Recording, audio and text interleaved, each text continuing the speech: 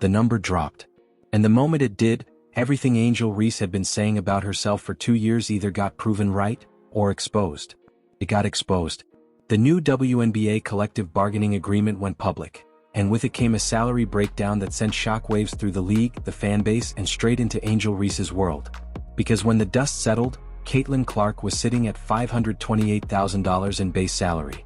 Aaliyah Boston was at $574,000. And Angel Reese, the player who spent 2 years telling anyone who would listen that she belonged at the top of this league, was sitting at $350,000. Below Clark. Below Boston. Below Cameron Brink. Below Sonia Citron. The league didn't just hand out numbers. It handed out a verdict. And Reese felt every word of it.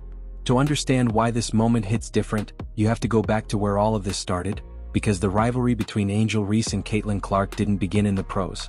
It started on the biggest stage women's college basketball had ever seen. The 2023 NCAA championship game. Clark's Iowa squad had been steamrolling through the tournament, and the country had fallen in love with her. She was must-see TV. Every game felt like an event. And then LSU showed up in the final, and Angel Reese showed up with them, and LSU won. Reese taunted Clark at the buzzer. She did the "you can't see me" gesture right in Clark's face. And the country lost its mind. Half the internet celebrated her as a fearless competitor who refused to be intimidated. The other half never forgave her. What nobody could deny was that the moment made Angel Reese a star overnight. Brands noticed. Cameras followed her everywhere. She walked into the WNBA draft in 2023 as one of the most recognizable names in women's basketball, not because of stats, but because of that one moment on that one night. She was selected 7th overall by the Chicago Sky. Not where she expected to land. Not where her supporters thought she'd go. But she arrived in Chicago with something most rookies don't have: a built-in audience, a Reebok deal already in motion, and a chip on her shoulder the size of a building. The narrative around her was simple: prove the doubters wrong, outshine Clark in the pros, and show the world that the woman who won the national championship deserved to be treated like the face of the league. 2 years later, the salary document told a different story. Here's the thing about the new CBA: it wasn't designed to reward hype. It wasn't built around social media followings or how many people know your name. The structure is almost ruthlessly objective. Your salary is determined by 2 things: where you were drafted and whether you earned all WNBA honors during your rookie contract. That's it. No bonus for personality. No bump for controversy. No premium for being talked about on the internet. The league built a formula, and the formula doesn't care about narratives. Clark was drafted 1st overall. She earned first-team All-WNBA honors in her rookie season. Both boxes checked. The Epic Clause, which rewards exceptional performance on an initial contract, activated for Clark automatically. Her salary jumped accordingly. Reese was drafted 7th. She did not earn All-WNBA honors in either of her first 2 seasons. One box checked. The formula treated her accordingly. And this is where the frustration gets complicated, because Reese didn't just fall short of Clark. She came in below 2 players from her own draft class. Brink, drafted 2nd, is at $493,000. Citron, drafted 3rd, is at $436,000. The draft slot alone is working against her, and without the All-WNBA selection to trigger the Epic Clause, there's no mechanism in the current structure to close that gap. Not yet. Maybe not for a while. Her supporters immediately called it unfair. They pointed to her rebounding numbers, her cultural impact, her marketability. But the league wasn't paying for cultural impact. It was paying for on-court production, and the gap between what Reese's supporters believe she's worth and what the formula says she's worth turned out to be nearly $200,000 wide. What happened next, both on the court and off it, is where this story gets complicated. Because the salary is just the headline. The real story is what's underneath it. Let's talk about what Angel Reese actually did on the basketball court over these 2 seasons. Because if you're going to make the case that she deserved more, that the formula shortchanged her, you have to start there. You have to look at the tape, look at the numbers, and be honest about what you see. And when you do that, the picture gets uncomfortable fast. Reese came into the league with a specific skill set. She was a physical presence in the paint. She crashed the boards hard. She competed. Nobody ever questioned her effort or her motor. In her rookie season, she put up rebounding numbers that genuinely turned heads, double-digit boards on a consistent basis, the kind of production that made highlight reels and generated real conversation about whether she could develop into an elite post player at the professional level. But here's where the analysts started raising flags. A significant portion of those rebounds, the ones that looked so impressive on the stat sheet, were coming off her own missed shots. She was generating offensive boards at a high rate, yes. But she was generating the opportunities for those boards because she kept missing shots she had no business missing. Close-range attempts, paint touches, layups with space and positioning already in her favor. The efficiency numbers don't lie. Reese shot below 50% on shots taken within 5 feet of the basket. In her second season, she converted less than a third of her layup attempts while taking some of the most layups in the entire league. For context, in professional basketball, a layup is supposed to be close to automatic for a post player. It's the highest percentage shot in the game. When you're missing layups at the rate Reese was missing them, and you're still attempting that volume, what you're doing is manufacturing rebound opportunities out of your own inefficiency. That's not a rebounding skill. That's a shooting problem dressed up as a strength. The people writing about her game caught it. The coaches paying attention caught it. And most importantly, the brands building 8-year investment portfolios around athletes caught it. Because nobody spending serious money on a long-term partnership wants to see a player who pads her stat line through inefficiency. They want to see someone who makes her team better. Someone whose presence on the floor creates advantages that show up in wins, not just in highlight packages. Which brings us to what was happening on the other side of this conversation in Indianapolis with Caitlin Clark, because the contrast between these two players' first 2 professional seasons isn't subtle. Stark.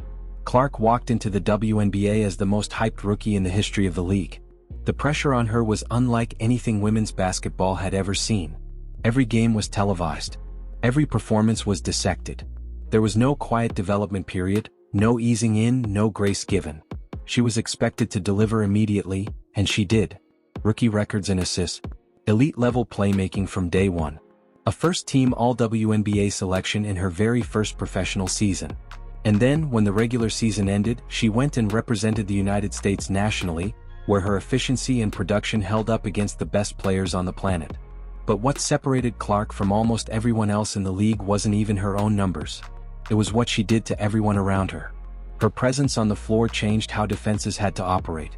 You couldn't sag off her without surrendering threes. You couldn't double-team her post players without leaving her open from distance. Her gravity, the defensive attention she commanded just by being on the court, created advantages for every teammate within 15 feet of her. That kind of systemic impact is almost impossible to fake and almost impossible to ignore. Reese's impact on the Chicago Sky worked differently. Her rebounding gave the team second chances. Her physicality created some interior pressure. But the Sky, as a unit, never looked like a team elevated by her presence the way Indiana looked like a team elevated by Clark's. The wins weren't there. The efficiency wasn't there. And as the second season wound down, something else emerged that made the situation significantly worse for Reese's standing, not just as a basketball player but as a professional. The injury situation. Reese missed time with a back injury that stretched through the season without clear communication, without a defined timeline, without the kind of transparency that teams and sponsors expect from a player they've invested in. That alone would have been manageable. Athletes get hurt. That's sports. But then she was photographed out in public, actively promoting her Reebok shoe line, while still officially listed as day-to-day on the injury report. That image traveled fast. And the people it reached were exactly the people Reese could least afford to lose confidence in her. There's a version of this story where the injury promotion overlap gets explained away. Where someone steps in front of a camera and says it was a lower body issue, not the back, or that the appearance was pre-scheduled, or that the timeline got miscommunicated somewhere between the medical staff and the PR team. Maybe all of that is even partially true. But in professional sports, perception moves faster than explanation. And the perception that locked in, the one that spread across basketball Twitter, through sports media, and into the boardrooms of brands evaluating their WNBA investments, was that Angel Reese chose a shoe appearance over game availability. Whether that's fully accurate doesn't matter as much as the fact that nobody from her camp got ahead of it quickly enough to change the story. Clark, by contrast, handled her injury situations with a transparency that became its own kind of brand statement. When she was hurt, the Fever communicated clearly. Timelines were given. Updates came through official channels. There was no ambiguity about what was happening and why she wasn't on the floor. That consistency, that professionalism, isn't glamorous, but it builds exactly the kind of institutional trust that makes a franchise, a league, and a sponsor feel secure about a long-term bet. 8-year bets require that kind of trust. And in the summer after year 2, the brands were placing their 8-year bets. Nike had been watching Clark since before she was drafted. They tracked the arena numbers from her college games, the television ratings, the merchandise movement, the way her name functioned less like a player's name and more like an event brand. When Iowa played, people who had never watched women's basketball before were tuning in. When she made a shot from half court, the clip went everywhere. Not just sports feeds but mainstream culture feeds, entertainment feeds, places basketball content almost never reaches organically. Nike ran the numbers, looked at 2 years of professional data layered on top of 4 years of college data, and made a decision. 8 years. $28 million. A footwear deal that no other WNBA player in the history of the league had come close to. Not structured around what Clark had already done, structured around what they believed she was going to do for nearly a decade. That's not a contract built on hype. Hype fades in 18 months. That's a contract built on verified, sustained, cross-demographic product movement. The Reebok situation unfolded differently in almost every way. Reese signed with Reebok and the launch came with real energy behind it. Marketing dollars were spent. The shoe dropped with visibility. And for a moment, it looked like the brand had found something, a player with enough cultural cachet to push product in a meaningful way. But the sell-through numbers told a quieter story. The shoes sat. Retailers that expected the kind of velocity you see around a genuinely culture-moving athlete were left with inventory they hadn't planned to hold. The restock urgency that defines a successful signature launch never materialized. Reebok didn't make a loud announcement about pulling back. That's not how this works in the endorsement world. What happens instead is quieter and in some ways more damning. The ads stop running at the same frequency. The social amplification from the brand side slows down. The co-marketing energy that was present at launch starts to feel more obligatory than enthusiastic. You can measure the temperature of a brand partnership by watching how loudly they promote it 6 months after the launch. And 6 months out, Reebok had gone noticeably quiet. Meanwhile, on the other end of the sponsorship spectrum, Gatorade was building something around Clark that went beyond a standard athlete endorsement. They didn't just sign her to a deal, reported at $50 million, they built a product around her. A signature flavor. Rainberry. Named after nothing except the decision that Clark's brand was strong enough to carry an entirely new SKU at the retail level. That's a significant bet. Gatorade doesn't create flavors for athletes who are trending. They create flavors for athletes whose names can move product off shelves for years. Rainberry sold out fast enough that the sellout itself became news. Sports outlets covered it. Mainstream outlets covered it. The story of a Gatorade flavor selling out because of a basketball player became its own cultural moment, which then generated more attention for Clark, which then drove more product demand. That cycle, once it starts moving, is almost impossible to manufacture artificially. It either happens or it doesn't. With Clark it happened. And then State Farm entered the conversation and changed everything about how people understood the scope of what Clark had built. State Farm has been running advertisements since 1922. For over a century, their spokesperson strategy had a clear identity, built around a certain kind of athlete, a certain kind of presence, a certain kind of market. In more than 100 years of advertising history, they had never once signed a female athlete to anchor their brand. Then Clark's data crossed their desk. The streak ended immediately. That decision, made by a company with 100 years of advertising precedent behind it, is the clearest possible signal of what Clark's commercial value actually represents. State Farm didn't change course because of sentiment. They changed course because the numbers told them they had to. Because ignoring Clark's audience reach at that point would have been a business mistake, and State Farm did not survive a century of American advertising by making avoidable business mistakes. Reese watched all of this from a distance. And the salary document, the endorsement gap, the sell-through numbers, the State Farm announcement, every single piece of it pointed in the same direction. The market had made its assessment. And the market was not being subtle about it. Here's what makes this story more than just a tale of two athletes with different salaries. Because if it were only about money, we could wrap this up in 10 minutes and move on. But what's actually happening between Angel Reese and Caitlin Clark runs deeper than a CBA formula or an endorsement portfolio. It cuts into something that women's basketball has been wrestling with for years.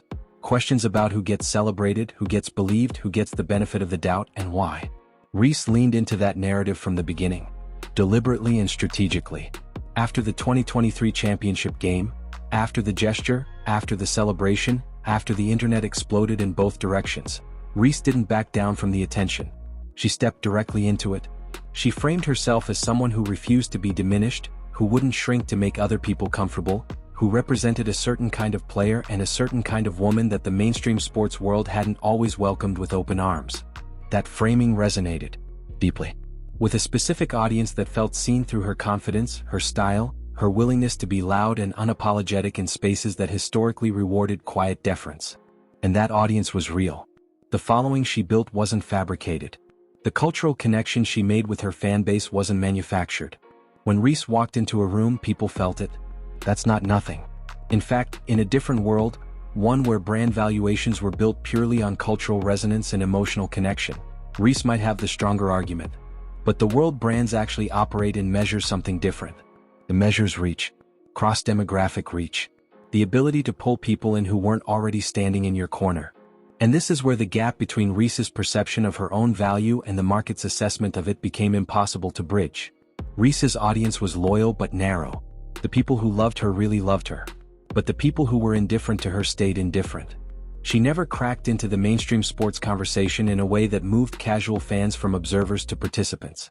She never generated the kind of television ratings event that makes a network executive send an urgent email on a Tuesday morning.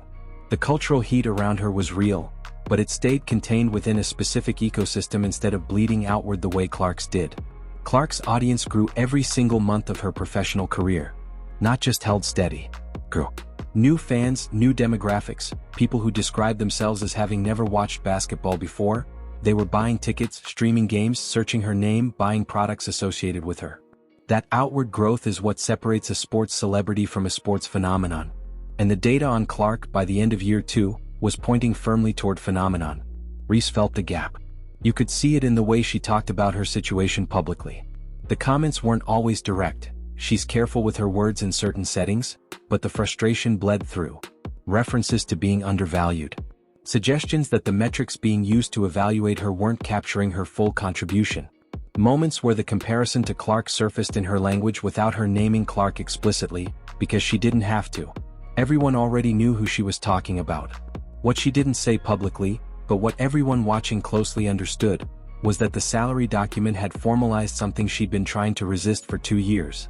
The idea that in the eyes of the league, the sponsors, and the business infrastructure around women's basketball, she was not Clark's equal. Not yet. Maybe not on this current trajectory. And the question that nobody around her seemed willing to ask out loud was simple. What would it actually take to change that? Because the path exists. The epic clause isn't closed to her. All WNBA honors aren't out of reach. The formula that currently puts Clark $178,000 ahead of her in base salary is the same formula that could eventually close that gap. If the on-court production gets there.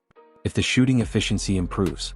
If the Chicago Sky, with Reese healthy and present and engaged for a full season, starts winning games instead of accumulating losses in a pile she quietly stepped away from. Those are big ifs. They're not impossible ifs, but they're big ones.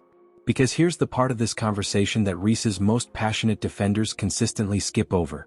Improving from where she currently stands isn't a minor adjustment.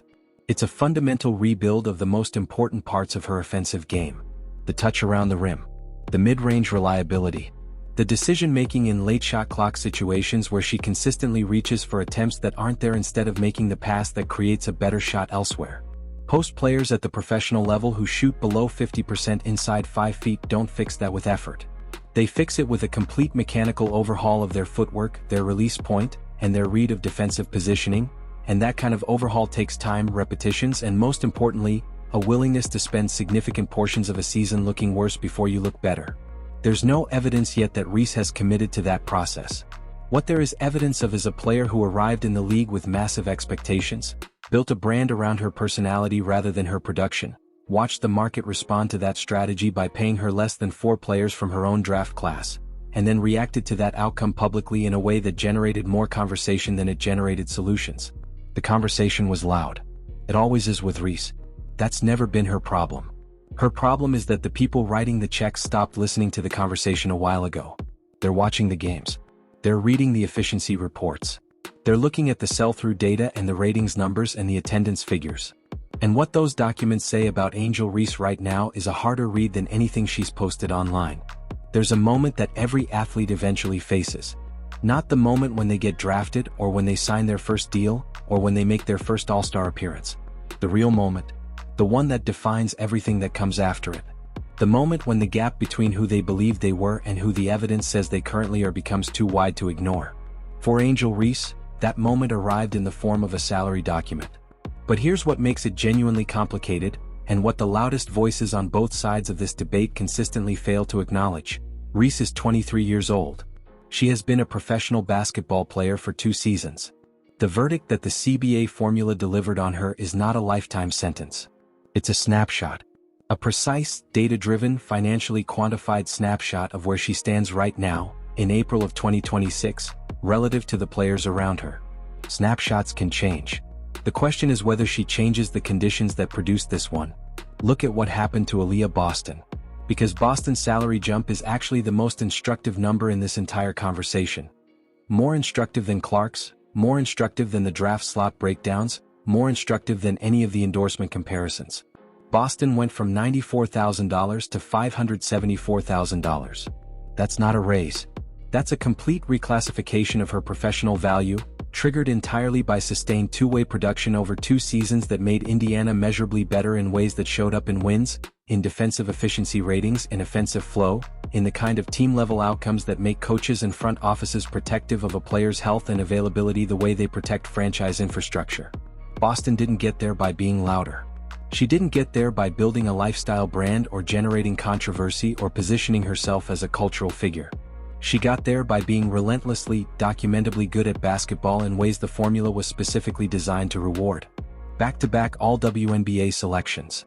2 seasons of two-way impact that changed how Indiana's entire system operated. The epic clause activated because she earned it through production, and the production spoke clearly enough that no formula adjustment was needed. The formula worked exactly as intended. That's the road available to Reese. That specific road. Not a different road. Not a road built on social media numbers or Reebok campaigns or the size of her fanbase or the passion of her supporters. The road that closes the gap between her current salary and Clark's current salary runs directly through All-WNBA selection. And All-WNBA selection runs directly through shooting efficiency, defensive impact, team winning percentage, and healthy availability for a full professional season. None of those things are glamorous. None of them generate content. You don't go viral for improving your layup conversion rate from 31% to 55%. Nobody makes a documentary about a player who spent an off-season rebuilding her footwork in the post.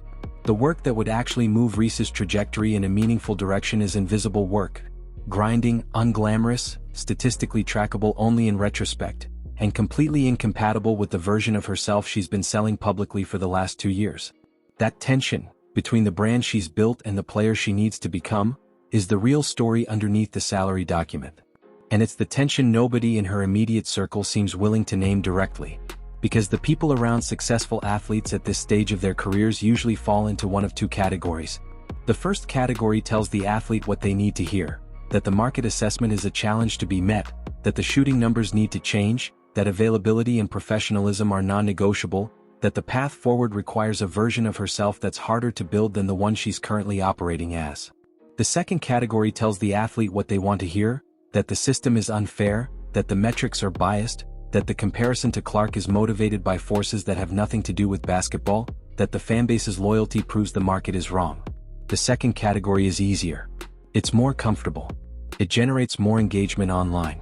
And it is, for a 23-year-old athlete with a massive platform and a genuine cultural following, extraordinarily seductive. But the second category doesn't close the salary gap. It doesn't trigger the epic clause. It doesn't turn a 31% layup conversion rate into something a franchise can build around. And it doesn't produce the kind of two-way impact that makes a brand like Nike look at an 8-year window and decide the investment is safe. Meanwhile, Clark is not standing still. This is the part of the equation that makes Reese's situation genuinely urgent rather than just uncomfortable. Clark is entering year 3 of her professional career with the epic clause already activated, with a Nike deal already secured, with a Gatorade signature flavor already in retail distribution, with State Farm already running national campaigns around her face. Let's zoom out for a second.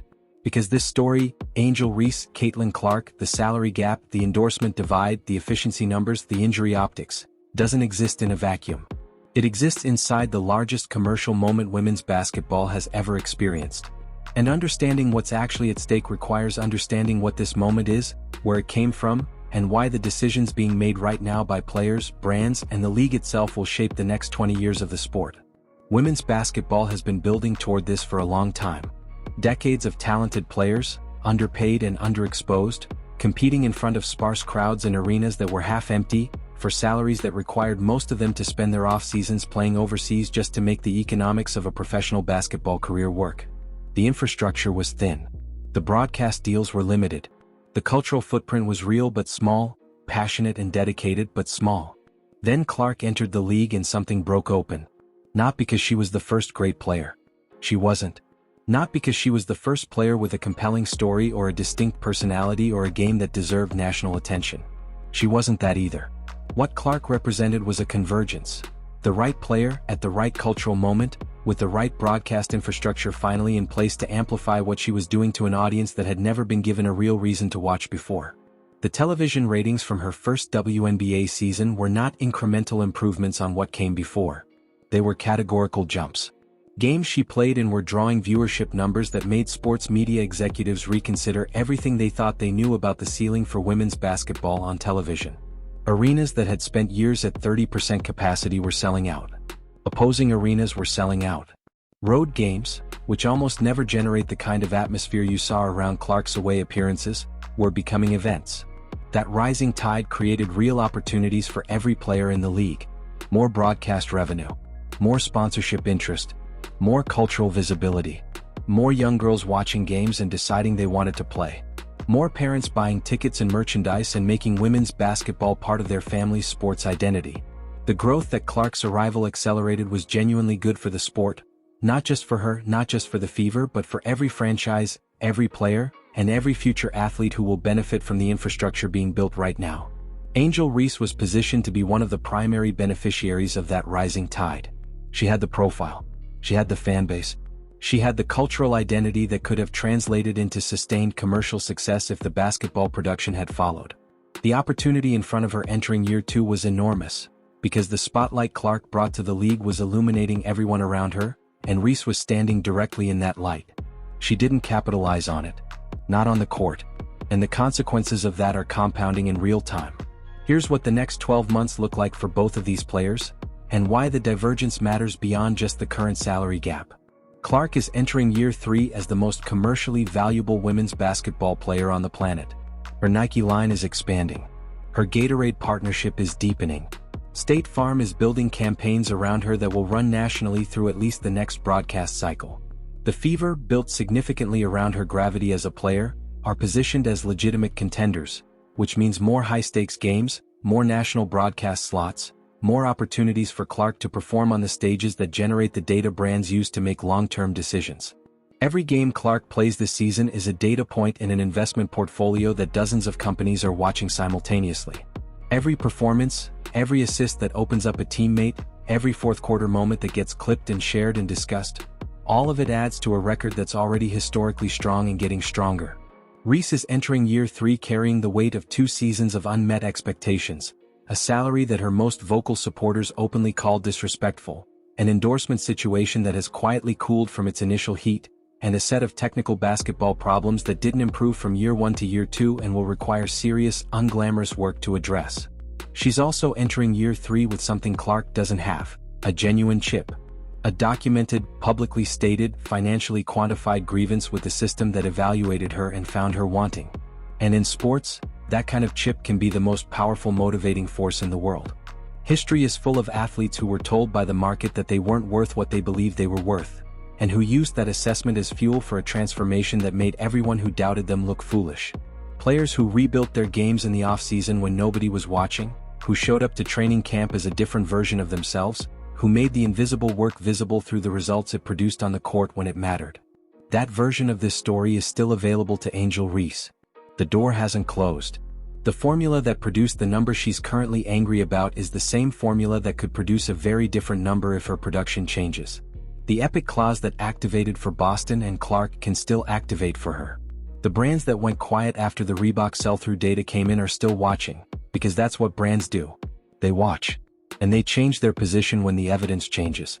But here's the hard truth that sits underneath all the possibility. Wanting the outcome to be different and doing the work required to make the outcome different are two completely separate things. And so far, what Reese has shown the public is a player who is very good at communicating her frustration with the gap and not yet good enough at closing it. The reaction to the salary document was loud. The social media response was passionate. Her supporters made their feelings known with the energy and conviction that has defined her fanbase since the 2023 championship game. None of that moved the number. The number moves when the production moves. When the layup percentage climbs. When the defensive impact shows up in opponents' efficiency ratings.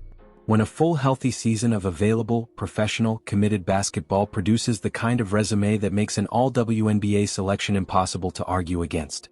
Until then, the market will keep saying what it's been saying, quietly, precisely, and in the most specific language available to it. Dollars.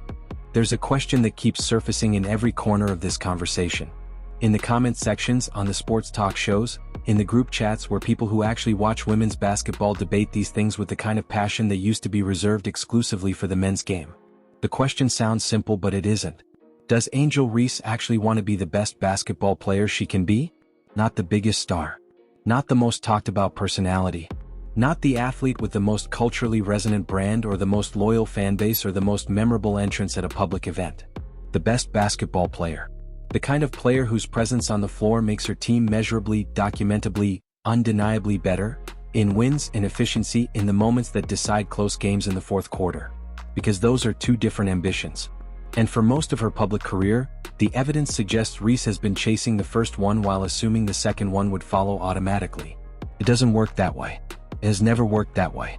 And the salary document is the clearest possible proof that the league, the brands, and the business infrastructure of professional sports have noticed the difference. The celebrity path and the production path aren't mutually exclusive. Clark is proof of that because she built both simultaneously, and she built them in that order, production first and celebrity as the natural consequence of production. But you cannot reverse the sequence and expect the same result. You cannot build the celebrity first, assume the production will catch up, and then be surprised when the market evaluates you on the production that actually exists rather than the production you've been implying is coming. Reese built the celebrity first. She built it aggressively, intentionally, and with genuine skill, because building a personal brand at the level she built it requires real talent and real strategic thinking. The Reebok deal didn't happen by accident. The cultural following she assembled didn't materialize from nothing. She made choices, positioned herself deliberately, and created a version of her public identity that was compelling enough to generate real commercial interest before she had produced a single professional statistic. That strategy works in certain industries. It works in entertainment, in fashion, in spaces where the product being sold is the personality itself. It works less well in professional sports, where there is a game being played twice a week in front of cameras that record everything, and where the results of that game are publicly documented in statistical databases that anyone with an internet connection can access in 30 seconds. You cannot narrative your way past a 31% layup conversion rate. You cannot brand your way around a shooting percentage that sits below the threshold where post players remain viable in modern professional basketball. The game produces receipts automatically, every single night, and the receipts on Reese's basketball production have been telling a story that her public presentation has been working hard to contradict. That contradiction is expensive. Not just financially, though the salary gap makes the financial cost explicit, but reputationally, in the rooms where decisions about her future get made. Think about what a Chicago Sky front office conversation looks like right now. They drafted her 7th overall. They've watched 2 seasons of production that hasn't cracked all WNBA consideration. They've managed an injury situation that generated negative press at the worst possible time. They've watched their team lose at a rate that suggests the pieces around her aren't working, and they have to decide whether the pieces around her are the problem or whether she is part of the problem. Those are uncomfortable conversations. And the salary document makes them more urgent, because Reese is now in the second phase of her rookie contract, which means the Sky are simultaneously evaluating her current production and projecting what a long-term extension looks like. A team that pays a player on the assumption that she's going to become something doesn't get to stay comfortable in that assumption indefinitely. At some point the becoming has to start showing up. 2 seasons in, it hasn't shown up in the numbers. And the clock on comfortable assumptions is running. What Reese has going for her, genuinely not as a consolation or a participation trophy, but as a real structural advantage, is time. 23 years old in a league where players routinely develop into their primes between 24 and 28 means the window for a legitimate basketball transformation hasn't closed.